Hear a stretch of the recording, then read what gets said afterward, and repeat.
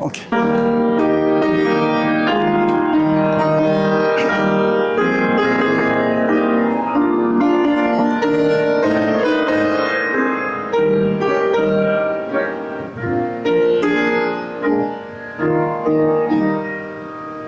저 좋은 하나님은 내 기쁨이 없기는 이 세상을 던지는 또다시 없는 곳에서 영광을 전하고 이 나를 보니 주의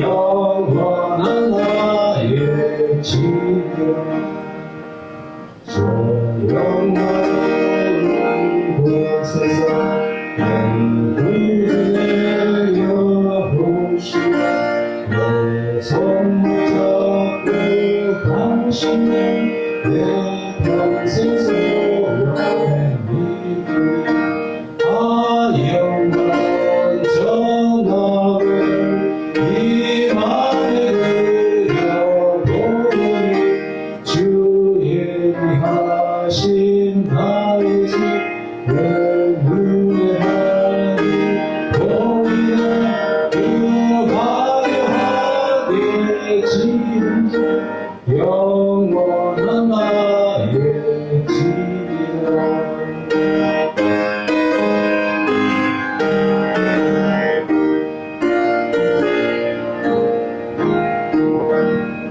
저 맑은 물의 소리가 온 하늘 가득 퍼지고 빈 옷을 입은 분이 천사와 노래 부르라 영원한 전하를 이만에 드려보니 주의 하신 나이지 내 눈에 뻔히 보이네 그 화려하게 지은 내 영원한 나의 집이라.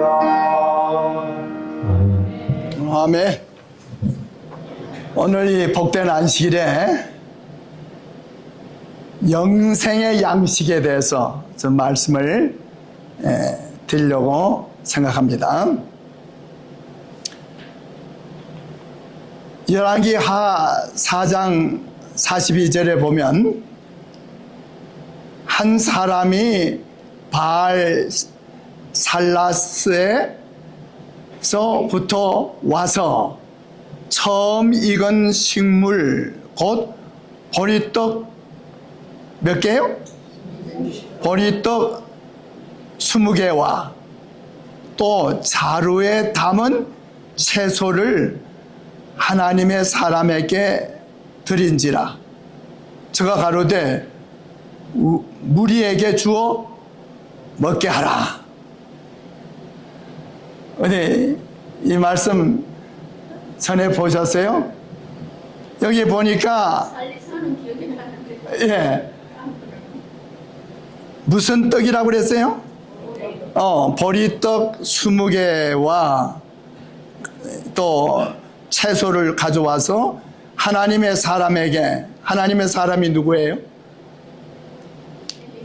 예, 그 추수한 모든 첫 열매는 하나님께 드려야 했으며 그걸 제사장이 가져왔죠. 근데 이 레위 제사장은 엘리사 시대보다 훨씬 전에 북방 왕국에서는 없었어요. 남방 유다에는 제사장들이 있었지만 북방 이스라엘에는 제사장이 없었어요. 이런 경우에 여호와를 신실하게 예배하는 사람들이 그의 첫 열매를 하나님의 사람 엘리사에게 가져왔다 하는 그 얘기예요. 그런데 열왕기하 4장 43절에 보면 그 엘리사가 이제 그 보리떡 20개와 얼마간의 그 채소를 그 무리들에게 먹이라고 먹도록 하라고 이렇게 이제 엘리사 선지자가 이제 말을 하니까 그의 사환이 가로되 어찌입니까? 아니 이것을 일병맹에게 베풀겠나이까? 하나 엘리사는 또 가로되 무리에게 주어 먹게 하라. 여호와의 말씀이 무리가 먹고 남으리라 하셨느니라. 아니 보리떡 몇 개를 가지고요? 20개를 가지고 100명이나 되는 무리들에게 먹이라. 이게 엘리사 선지자가 이제 그 사환에게 말을 하니까 사환이 놀라지 않겠어요? 그죠? 엘리사의 사환은 어떻게 작은 보리떡 20개와 적은 수량의 곡식으로 100여 명의 사람의 배고픔을 채울 수 있을까 하고 생각하게 된 거예요. 사환은 이 첫 열매의 음식을 인간의 안목으로 바라보았지만 하나님의 종 엘리사는 이 동일한 음식을 믿음과 하나님의 약속의 눈으로 바라본 거예요. 엘리사가 뭐라 그랬어요? 하나님께서 내 마음에 역사해 주시는데 그거 갖고 다 그 음식을 나누어서 먹을 수 있다고 하나님께서 내게 그렇게 말씀하셨다고 이렇게 하는 거예요. 열왕기하 4장 44절 다 같이 읽읍시다. 시작. 저가 드디어 무리 앞에 베풀었더니 여호와의 말씀과 같이 다 먹고 남았대요. 모자른 게 아니고. 송 집사님 얼마를 가지고? 보리떡 20개, 작은 떡에 20개를 가지고 100여 명을 먹이고도 남았대요.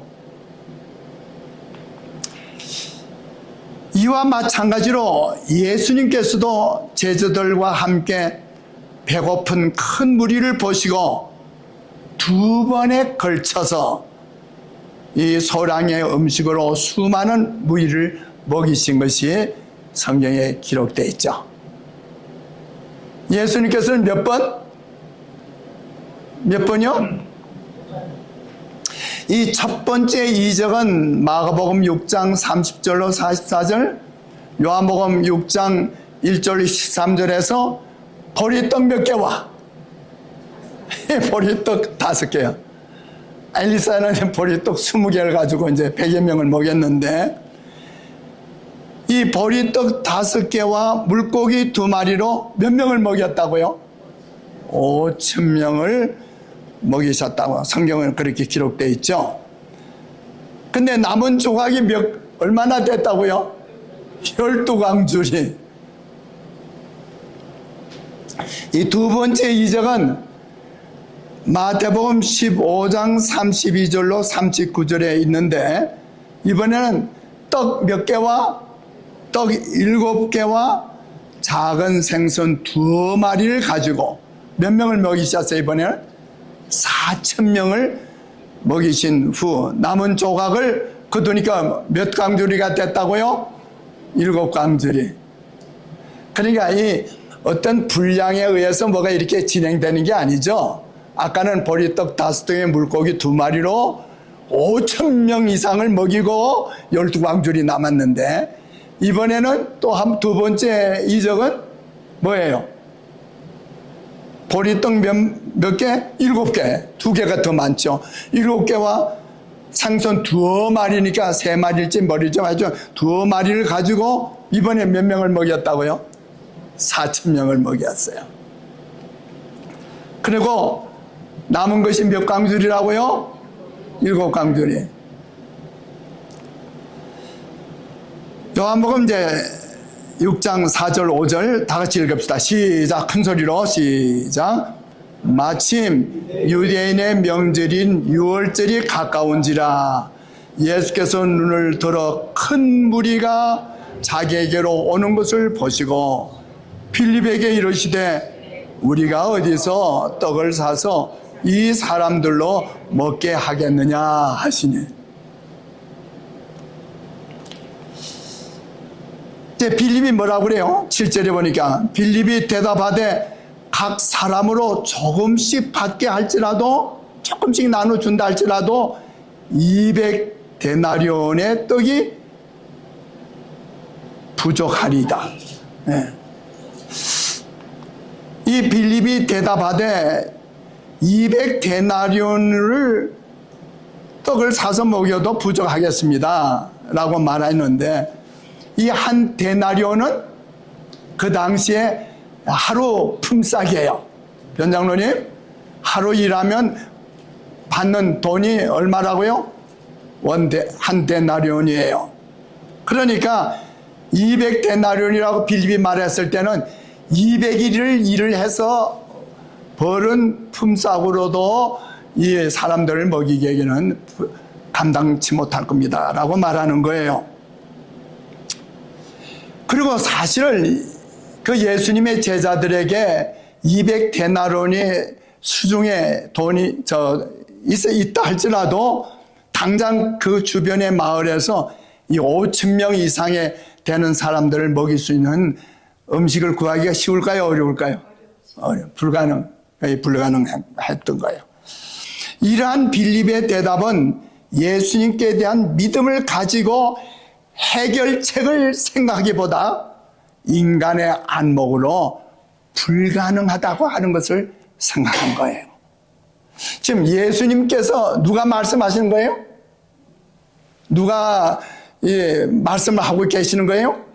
이 무리들을 위해서 먹을 것을 마련하라고 누가 말씀하신 거예요? 예수님이 말씀하셨는데 빌립은 예수님은 생각 안 하고 자기 안목으로 자기 생각으로 생각을 하는 거예요. 자, 예수께서 이 오병이어 보리떡 5개와 물고기 2마리의 기적을 베푸신 곳이 어디였어요? 어디에서 지금 이 일이 일어나고 있는 거예요? 갈릴리 바다 옆에서, 바닷가에서. 그런데 이전에 이 갈릴리 바다 근처에서 어떤 이적을 예수님이 행하셨어요? 첫 이적. 요한복음 2장에 보면 뭐가 떨어졌어요? 혼인잔치에 포도주가 떨어졌는데 그 마리아가 포도주가 없다라고 이제 말을 했어요. 그런데 예수님은 뭐라고 그랬어요? 어떻게 이 일을 해결했죠? 거기에 있는 물통에다가 물 항아리에다 저 물 채우라. 그 물 항아리가 몇 개나 있었어요? 6개의 물 항아리가 있었는데 거기에 물을 다 채웠어요. 그게 뭐가 됐어요? 그게 포도주가 된 거예요. 포도즙이죠. 포도즙이 된 거예요. 자, 그 일이 있은 다음에 그 성경절에 보면 제자들이 예수를 믿으니라. 그 이적의 결론이 그거예요. 예수님께서 그 제자들에게 믿음을 주기 위해서. 그러니까 이미 제자들은 예수님에 대한 어떤 믿음이 있어요? 예수님은 뭘 가지고도? 물을 가지고도 포도즙을 만들 수 있는 능력이 있으신 분이다. 이거 인간이 할 수 있는 일이에요? 이거는 창조주가 하실 수 있는, 하나님만이 하실 수 있는 일이죠. 또한 누가복음 5장 1절로 11절에 보면 예수께서 베드로, 안드레, 야고보, 요한을 제자로 삼고 그들의 필요에 따른 공급에 확신을 주기 위해서 갈릴리 바닷가에서 이제 베드로에게 뭐라고 그랬어요? 예? 자, 바다에 나가서 고기 잡으라 그랬어요. 그러니까 베드로가 뭐라고 그래요? 베드로가 뭐예요? 저희들이 지난 밤에 밤새도록 고기 잡았지만 고기 못 잡았어요. 그러는 거예요. 이 갈릴리 바다 저도 가봤지만 물이 굉장히 맑거든요. 그런데 이 고기가 밤에는 좀 이렇게 그 바다 얕은 데로 좀 이렇게 고기들이 몰려오지만은 이제 낮에 아침에 햇살이 뜨고 밝아지면 고기들이 다 들어가 버려요. 깊은 데로 가 버려요. 그래 어쨌든 간에 베드로는 이제 고기 밤새도록 못 잡았습니다. 그러는 거예요. 그래서 누가복음 5장 5절 다 같이 읽읍시다. 시작. 시몬이 대답하여 가로되 선생이여 우리들이 밤이 맞도록 수고를 하였으되 얻은 것이 없지만은 말씀에 의지하여 내가 그물을 내리리다. 이제 그렇게 하는 거예요. 우리 뭐 잡은 것도 잡지 밤새도록 못 잡았지만 내가 당신이 말씀을 아직까지는 베드로는 예수님을 주님이라고 안 불러요. 선생님이요. 선생님 말씀하신 대로. 그래도 베드로가 뭐예요? 그 예수님의 말씀을 좀 생각을 한 거예요. 말씀에 의지해서 하겠습니다. 그래요. 그래서 누가복음 5장 6절 7절 다 같이 읽읍시다. 시작. 그러한저 고기를 애운 것이 심히 많아 그물이 찢어지는지라 이에 다른 배에 있는 동물을 손질하여 와서 도와달라 하니 저희가 와서 2배의 채움에 잠기게 되었더라. 우와, 신나지 않아요? 밤새도록 고기를 잡아도 잡지 못했던 베드로, 안드레 위에 있는 제자들이 말해요. 예수님이 뭐라 그랬어요? 가서 바다에 가서 그물 던져. 그러니까 우리가 고기 못 잡았지만 말씀에 의지해서 말씀을 내가 믿고 우리가 한번 해보겠습니다. 그런 거예요. 그랬더니 결과가 어떻게 됐어요? 고기가 엄청나게 잡힌 거예요. 그물이 막 찢어지려고 그래요. 그러니까 베드로가 혼자 그 자기 배에 그걸 올릴 수가 없어요. 그러니까 야 이리 들어오느라 와봐라.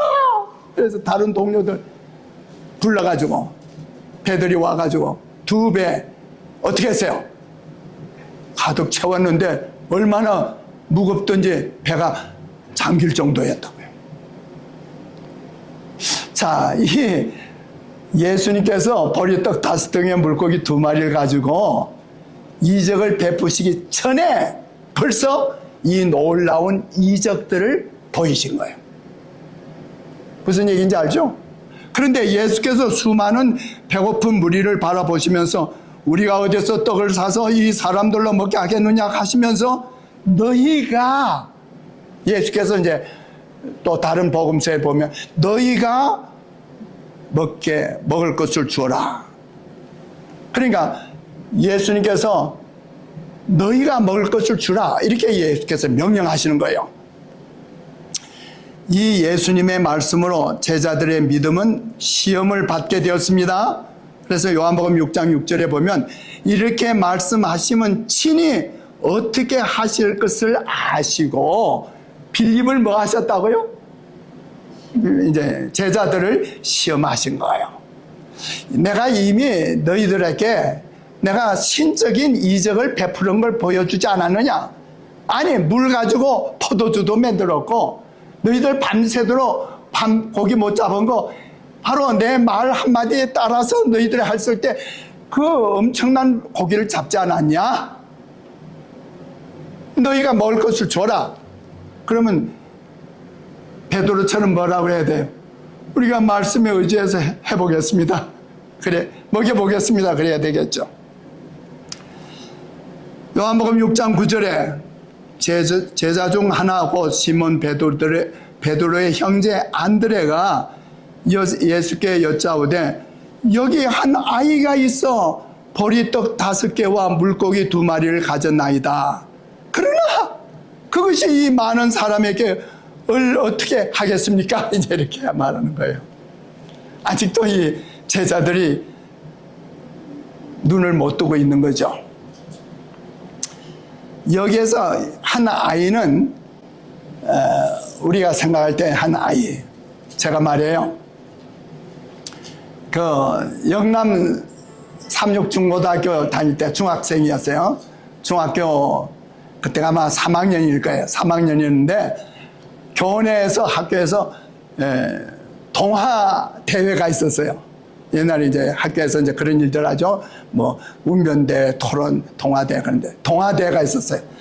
그때 제가 중학교 3학년이에요. 근데 고등학교 다 합쳐서 하는 거기 때문에 고등학생들도 이제 연사로 나오고 그래요. 집사람도 그때 강사로 나왔어요. 맞죠? 네, 그렇게 나왔는데 그때 제가 뭘 가지고 동화대회 했는지 아세요? 뭘 가지고 했을까요? 예? 이 오병이어 이 보리떡 5대의 물고기 2마리 가지고 한 이 이적을 가지고 제가 이제 동화대회를 했어요. 그랬는데 오늘 좀 얘기 좀 재밌게 합시다. 결과가 어떻게 됐을까요? 저는 이 동화대회를 할 때 어디에 초점을 맞춘지 아세요?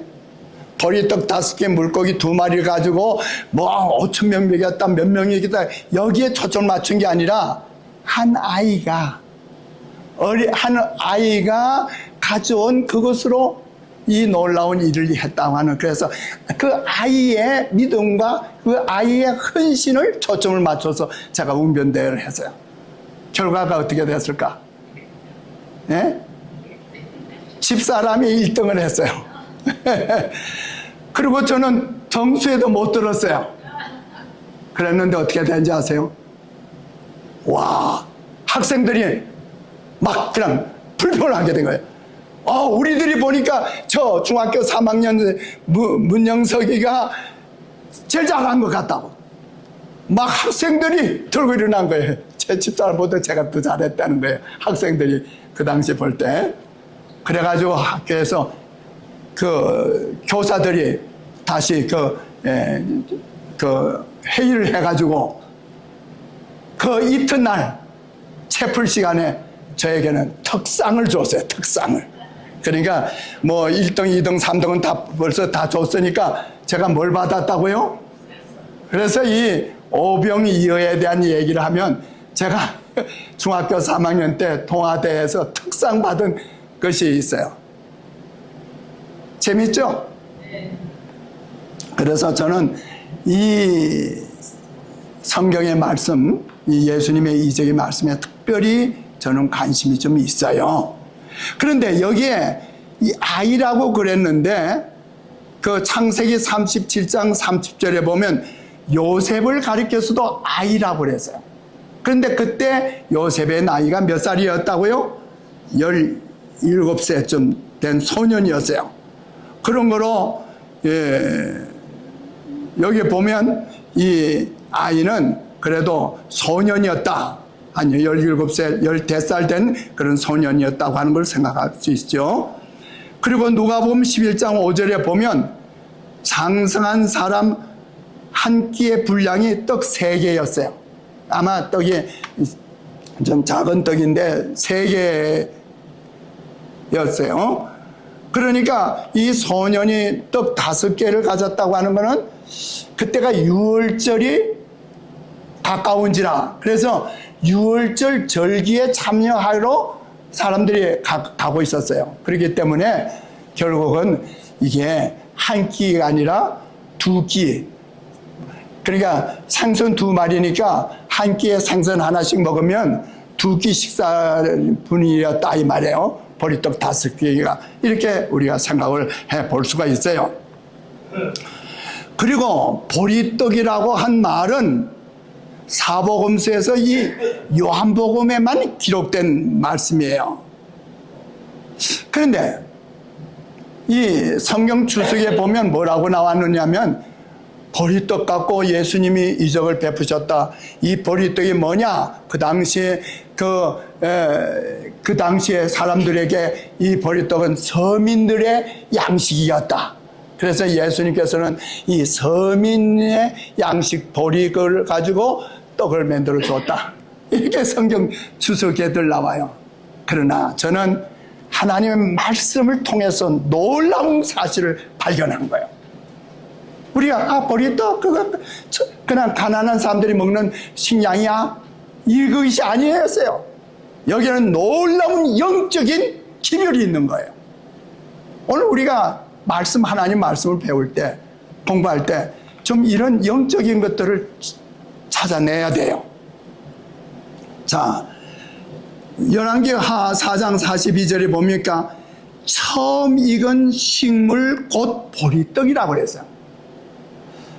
보리가 추수가 언제 되죠? 봄에 되죠. 봄. 그렇죠? 봄이죠. 예, 어쨌든 간에.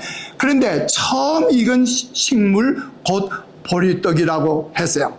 그런데 이 처음 익은 곡식은 창조주 하나님께 드리는 제물이었어요. 출애굽기 23장 19절이나 34장 26절 다 같이 읽읍시다. 시작. 너희 토지 소산에서 처음 익은 열매 첫 것을 가져다가 너희 하나님 여호와의 전에 드릴지니라.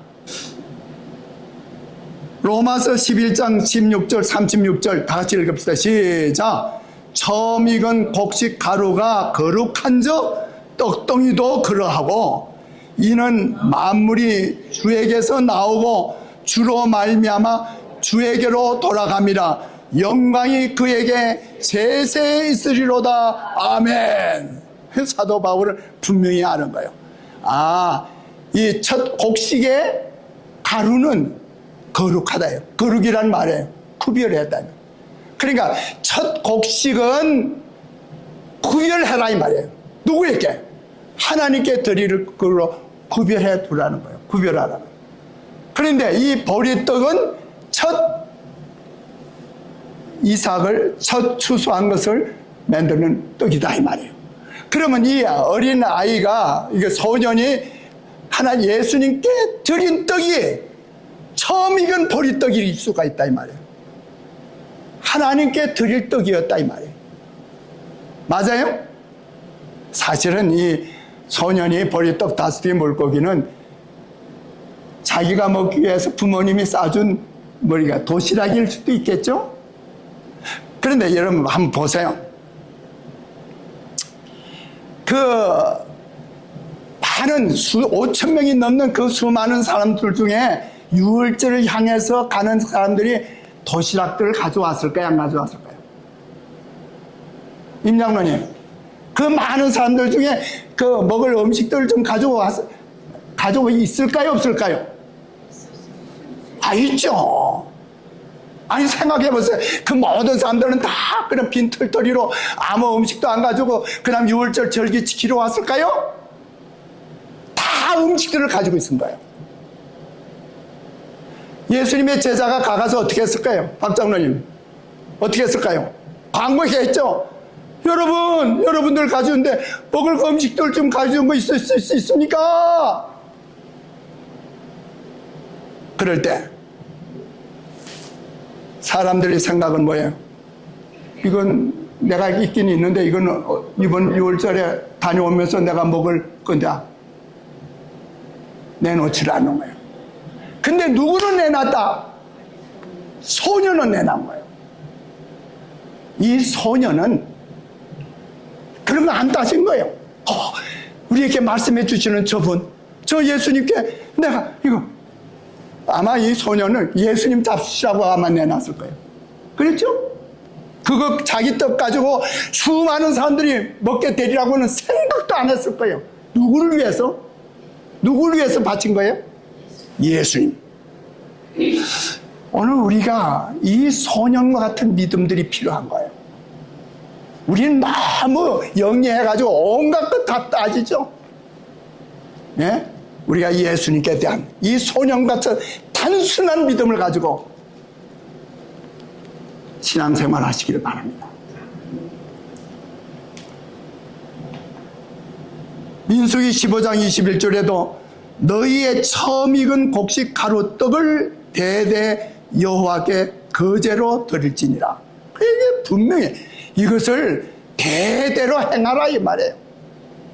그러니까 그 이스라엘 백성들이 다 그 일을 했을 거예요.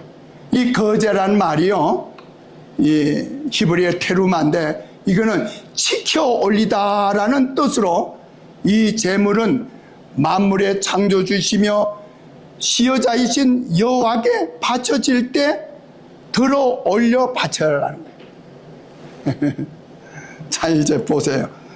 여기는 떡이 좀 크긴 커요. 이건 뭐 이런 신학적인 연구를 안 하고 그랬을 거니까 그냥 보통 그랬을 거예요. 그러니까 보리떡 5덩이의 물고기를 가지고 예수님께 뭐 해요? 지켜 드리는 거예요. 그러니까 우리가 제일 먼저 우선적으로 하나님께 먼저 드릴 것을 생각해야 돼요. 요한복음 6장 10절에 보면 예수께서 가라사대 이 사람들로 앉게 하라 하신데 그곳에 잔디가 많은지라 사람들이 앉으니 수요가 몇 천쯤 됐더라? 수요가 5천쯤 되더라. 사람들이 많으니 그 수요가 5천쯤 되더라 하는 9절에 이 많은 사람이란 말과 함께 9절에서는 이 많은 사람이라고 그랬고 이 사람이란 말이 원래 이 안드레스인데 남자들을 향해서 하는 말이에요. 남자들. 그러니까 5,000명이라는 것은 남자들만 남자들 5,000명이다 이 말이에요. 그래서 마태복음 14장 21절에는 먹은 사람은 여자와 아이 외에 뭐라 그랬어요? 5,000명이나 되었더라. 그래서 마태는 뭐라 그랬어요? 여자와 어린아이를 제치고 남자들만 5,000명이라는 거예요. 그러니까 원어적으로 보나 이 말씀이 다 맞는 거예요. 그래서 이때 모인 군종은 적어도 한 몇 명 정도 됐을 거라고요? 10,000명 정도는 됐을 거라 하는 것이 우리 재림교회 성경 추석에 나온 거예요. 10,000명 정도 될 거라. 요한복음 6장 11절에 예수께서 떡을 가져 축사하신 후에 앉은 자들에게 나눠주셨다. 자, 우리 예수님께서 이제 들어 올려서 이제 축사하시는 거죠. 이것이 또 뭐에서 연결이 돼요? 마태복음 26장 26절에 보면 예수께서 떡을 가지사 뭐 하시고 축복하시고 떼어 제자들을 주시며 가라사대 받아 먹어라. 그 다음에 하신 말씀 뭐예요? 이것이 내 몸이니라. 자, 그런 거로 보리떡을 가지고 축사하시고 이것들을 나눠 먹이라 하실 때 이 떡은 누구를 상징하고 있는 거예요? 예수님. 이게 얼마나 놀라운 복음이 이 단순한 얘기 같은 보리떡 5덩이와 물고기 2마리 갖고 5,000만 명에 이르는 사람들에게 먹였다고 하는 사실 속에 이 놀라운 영적인 복음이 있는 거예요. 그들이 뭘 먹었는가? 예수님의 구원의 떡을 먹은 거예요. 그래서 이제 제자들이 다 나눠줬죠. 다 나눠줬어요. 이 5,000명을 먹이시는 가운데서 예수께서 천연계에서 휘장을 들어 올리시고 우리의 유익을 위해 끊임없이 작용하는 능력을 보여주셨다. 하나님께서는 땅의 소산물에도 날마다 이적을 행하고 계신다. 무리들을 먹이실 때 행하여진 것과 똑같은 일이 오늘날 자연의 세력을 통해서도 일어나고 있다. 아시겠어요? 오늘 아침 다 식사 잘하고 오셨죠? 누가 주신 거예요? 하나님께서. 자, 이게 뭐예요? 요새는 이런 걸 잘 보기 힘들지만 제가 수십 년 전에 한국에서 찍은 거예요. 하나님이 가라사대 땅은 풀과 씨 맺는 채소와 각기 종류대로 씨 가진 열매 맺는 과목을 내라 하심에 그대로 되니라. 이 수소 하나를 보세요. 엄청나죠? 이 몇 알이나 될까요? 수소 하나를 심었는데 이렇게 수많은 큰 나달라 곡식을 맺게 하시고 이걸 가지고 뭐해요? 빵을 만들고 그러죠. 다 같이 읽읍시다. 시작. 날마다 무수한 사람들을 땅의 추수밭에 의지하여 먹고 살게 하시는 분은 하나님이시다. 아멘. 오늘 우리가 다 하나님의 은혜로 다 먹고 살고 사는 거예요. 우리가 뭐 저절로 뭐 어디서 이 밥 먹는 게 그게 쉬운 게 아니에요. 그래서 우리가 밥상 앞을 해서 밥에다 절하지 말고 진정으로 하나님께 감사 기도하고 밥을 먹어야죠. 양식은 예수님의 수중에서 증가하였고 생명의 떡이 되시는 그리스도께 내민 제자들의 손들은 결코 비지 않았다. 아멘. 남은 조각이 12바구니에 찼더라. 이 12는 하나님의 백성에 대한 표상적인 수이죠. 하나님께서는 어떠한 기근의 날에도 당신의 백성에게 먹을 것을 공급해 주십니다. 아멘이세요? 아멘. 자, 시편 78편 18절 19절 읽읍시다. 시작. 저희가 저희 탐욕대로 식물을 구하며 그 심중에 하나님을 시험하였으며 그뿐 아니라 하나님을 대적하여 말하기를 하나님이 광야에서 너희 식탁을 준비하시랴. 하나님께서 광야에서 먹을 것 주실 것인가 이렇게 이제 말하는 거죠. 시편 33편 18절 19절 37편 19절 다 같이 읽읍시다. 시작. 여호와는 그 경외하는 자 곧 그 인자하심을 바라는 자를 살피사 저희를 기근 시에 살게 하시는도다. 기근의 날에도 풍족하리라. 아멘. 우리 하나님의 백성들에게는 하나님이 먹이시겠다고 하는 보증이 있으세요? 없어요? 있죠. 요한복음 6장 12절 13절 저희가 배부른 후에 그걸 빵을 나눠줬는데 여기 결론이 뭐예요? 그들이 배부르게 먹었다는 거예요. 배부른 후에 빌립이 말하기를 안드로가 말하기를 조금씩 떼어줘도 모자랄 텐데 그런 게 아니에요. 풍족하게 먹고도 남은 조각을 거두고 버리는 것이 없게 하라 하심으로 이에 그들이 보리떡 5개로 먹고 남은 조각이 12바구니나 되었더라. 12는 하나님의 백성의 숫자죠. 자, 보세요. 제자들이 보리떡 5대 물고기 2마리를 가지고 예수님 손에서 받은 후에 이게 어떻게 되세요? 조각을 다 거두니까 12바구니 이렇게 넘치게 걷어가지고 온 거예요. 그리스도께서는 재물을 쓸데없이 낭비하고 조심성 없이 쓰는 것을 시인하지 않으신다. 남은 조각을 거두고 버리는 것이 없게 하라고 하신 전략에 대한 그분의 교훈은 그를 따르는 모든 사람을 위한 것이다. 여기에는 아주 중요한 교훈이 있어요. 우리 하나님의 백성들은 내가 가지고 있는 돈 내 것이라고 생각하고 마음대로 쓰지 말라는 거예요. 맞아요? 요한복음 6장 31절에 기록된 바 하늘에서 저희에게 떡을 주어 먹게 하였다 함과 같이 우리 조상들은 광야에서 만나를 먹었나이다. 그래서 이제 이 만나를 이제 매일같이 내려주셨잖아요. 광야에서 우리가 먹을 게 어디 있겠는가 그랬지만 하나님께서는 만나를 내려주셔서 그들을 먹이셨어요. 하나님께서는 이스라엘 족속으로 하여금 신이 당신의 소유를 삼으시기 위해 그들을 애굽에서 인도하여 내시고 또한 그들의 훈련을 담당하셨다. 그들을 통하여 하나님께서는 그들에게 이 목적에 가장 적합한 식물을 공급하셨는데 곧 육식이 아니요 만나 즉 하늘의 양식으로 먹이셨어요. 하나님께서는 히브리 대군을 하늘에서 내리는 떡으로 계속 먹이셨다. 하나님께서는 하늘에서 내려온 떡으로 그들을 먹이셨으니 곧 사람이 누구의 떡을 먹었다? 천사들의 떡을 먹었다. 자, 그래서 하나님께서 이스라엘 백성들에게 하늘의 양식, 천사의 양식으로 먹이신 거예요. 그런데 불평을 했죠.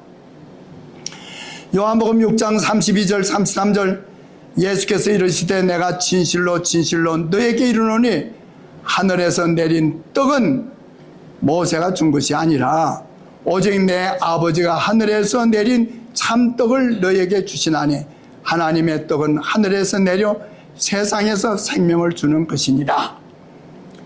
자, 요한복음 6장 48절 51절 다 같이 읽읍시다. 시작. 내가 곧 생명의 떡이로라. 나는 하늘로서 내려온 산떡이니 사람이 이 떡을 먹으면 영생하리라. 나의 줄 떡은 곧 세상의 생명을 위한 내 살이로다 하시니라. 오늘 영생의 양식, 지난 안식일에는 제가 생명의 양식에 대해서 말씀했지만 영생의 양식, 그런 거로 오늘 예수님께서 바로 보리떡 5덩이로 5,000명, 10,000명에 이르는 사람들에게 먹이신 그 떡은 예수님의 우리에게 주시는 뭐예요? 영생의 떡을 말씀하신 거예요. 이스라엘 백성들이 광야에서 먹은 만나도 예수님의 생명의 떡을 나타낸 거예요. 그래서 여기에 예수님께서 모세 때 하늘에서 만나가 내려온 사실을 말씀하실 때는 현재 시제로 사용했지만은 51절에 나의 줄 떡은 곧 세상의 생명을 위한 내 살이라는 말씀할 때는 미래형을 쓰셨어요. 그 말씀 뭔가? 예수님이 이제 내가 십자가에 못 박혀 죽게 될 거다. 그때 바로 이것은 너희들을 살리는 영생을 위한 내 살이다 하는 것이에요. 그리스도께서는 이 상징의 말씀에 다른 또 하나의 상징을 첨가하셨습니다. 그리스도께서는 오직 죽으심으로서만 사람들에게 생명을 주실 수 있으셨어요.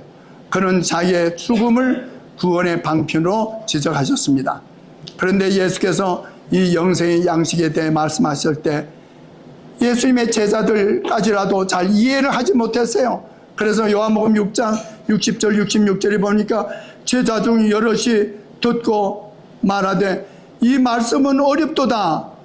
누가 들을 수 있느냐 한데 이러므로 제자 중 많이 물러가고 다시 그와 함께 다니지 아니하니라. 자, 오늘 여러분 이 말씀 설교 들으면서 이해가 잘 가요? 아니면 이게 무슨 말씀을 하시나 이렇게 생각들어요? 그 결과가 뭐예요? 하나님의 말씀의 영적인 의미를 깨닫지 못하면 어떻게 해요? 떠나가게 돼요. 말씀을 멀리하게 돼요. 요한복음 6장 67절 68절을 보면 예수님께서는 12 제자들에게 이르시되 너희도 가려느냐라고 물으셨습니다. 그때 시몬 베드로가 대답하되 주여 영생의 말씀이 계심에 우리가 누게로 가오리까? 라고 대답했습니다. 요한복음 5장 38절에 보면 그 말씀이 너희 속에 거하지 아니하니 이는 그의 보내신 자를 믿지 아니함이라고 하셨습니다. 교회 안에 영적인 능력이 결핍된 원인이 무엇인가? 라는 질문을 가끔 받게 됩니다. 대답은 이렇게 말씀하셨습니다. 교인들이 그들의 마음을 하나님의 말씀에서 떠나가도록 허용한다고 하신 것입니다. 요한복음 5장 39절 40절 보면 너희가 성경에서 영생을 얻는 줄 알고 성경을 상고하거니와 이 성경이 곧 내게 다하여 증거하는 것이로다. 그러나 너희가 영생을 얻기 위해 내게 오기를 원하지 아니한다고 주님께서 말씀을 하셨습니다. 성경을 상고하라. 이는 너희가 그 안에서 영생을 얻는다고 생각하기 때문이라고 주님은 말씀하셨습니다. 이 성경을 상고하라는 말씀이 원어적으로 명령형으로 되어 있습니다. 성경을 상고하는 것, 이것은 그리스도께서 하신 말씀입니다. 영감의 말씀을 주의 깊게 기도하는 심령으로 연구하고 실생활에서 순종하면 모든 선한 역사가 이루어지게 되는 것입니다. 요한복음 8장 51절에 진실로 진실로 너희에게 이르노니 사람이 내 말을 지키면 죽음을 영원히 보지 아니하리라고 말씀하셨습니다. 요한복음 3장 16절, 하나님이 세상을 이처럼 사랑하사 독생자를 주셨으니 이는 누구든지 저를 믿으면 멸망치 아니하고 영생을 얻게 하려 함이라고 하셨습니다. 요한일서 5장 11절에도 또 증거는 이것이니 하나님이 우리에게 영생을 주신 것과 이 생명이 그의 아들 안에 있는 것이라고 했습니다. 요한일서 5장 13절에 내가 하나님의 아들의 이름을 믿는 너희에게 이것을 쓴 것은 너희로 하여금 너희에게 영생이 있음을 알게 하려 함이라고 말씀하셨습니다. 마태복음 4장 4절에 예수께서 말씀하시기를 기록되었으되 사람이 떡으로만 살 것이 아니요 하나님의 입으로 나오는 모든 말씀으로 살 것이라고 하셨습니다. 오늘 우리는 떡이나 빵이나 매일 우리는 이것을 먹음으로 인해서 우리의 육신의 생명을 유지하게 되는 것입니다. 마찬가지로 세상에 생명을 주는 그리스도의 생명은 그의 말씀 가운데 있습니다. 온 성경은 그리스도를 나타내는 것이며 구주께서는 당신을 따르는 자들의 믿음을 이 말씀 위에 고정시키시기를 원하시는 것입니다. 우리의 육체의 생명이 음식에 의해 유지되는 것처럼 우리의 영적 생명도 하나님의 말씀으로 유지되는 것입니다. 그리고 사람마다 스스로 하나님의 말씀으로부터 생명을 얻어야 하는 것입니다. 하나님의 입으로 나오는 모든 말씀으로 살 것이라고 하신 것입니다. 오늘 우리는 참 매일 영의 양식을 먹어야 합니다. 너희가 성령을 상고함으로 그 안에서 영생을 얻기 위함이라고 하신 것입니다. 하나님의 말씀은 영생의 말씀이요 생명의 말씀입니다. 오늘 우리가 이 말씀을 통해서 영적인 몸이 강건해지는 것입니다. 우리는 먹는 것에 의해 육체적인 구조를 이루게 되는 것입니다. 그와 마찬가지로 우리의 영적인 품성은 정신에 주어진 이 하나님의 말씀에 의해서 이루어지는 것입니다. 자양분을 위해 먹지 않으면 안 되는 것처럼 우리도 그 말씀을 우리 각자를 위해 믿지 않으면 안 됩니다. 우리는 하나님 말씀을 이해하기 위해 하나님께 성령의 도우심을 구하면서 깊은 주의를 가지고 하나님의 말씀인 성경을 연구해야 하는 것입니다. 양식이 신체에 영향을 주듯이 그리스도께서 우리의 심령에 영향을 끼쳐야 합니다. 우리의 영혼에 영향을 끼치게 되는 것입니다.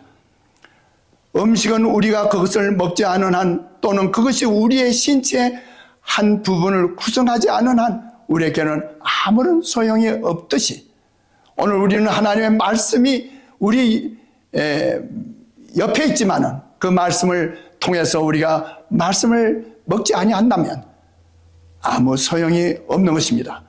그리스도의 살을 먹고 피를 마신다고 하는 것은 예수께서 우리의 죄를 사하신다는 것과 우리가 그 안에서 완전하게 된다는 것을 믿고 그를 개인의 구주로 받아들이는 것을 의미한다고 했습니다.